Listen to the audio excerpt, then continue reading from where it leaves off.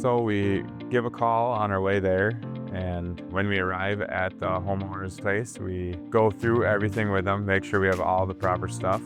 Then we'll start by laying out mats, protect the home, the floors, keep everything clean. And then from there, we start demoing, tearing out everything.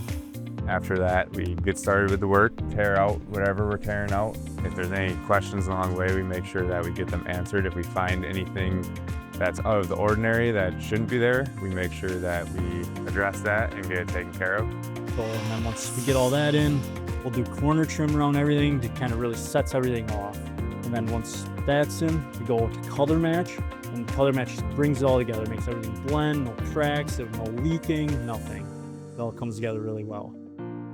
And we're rolling out of there probably around 5, go over everything with the homeowner and make sure they understand how it all works.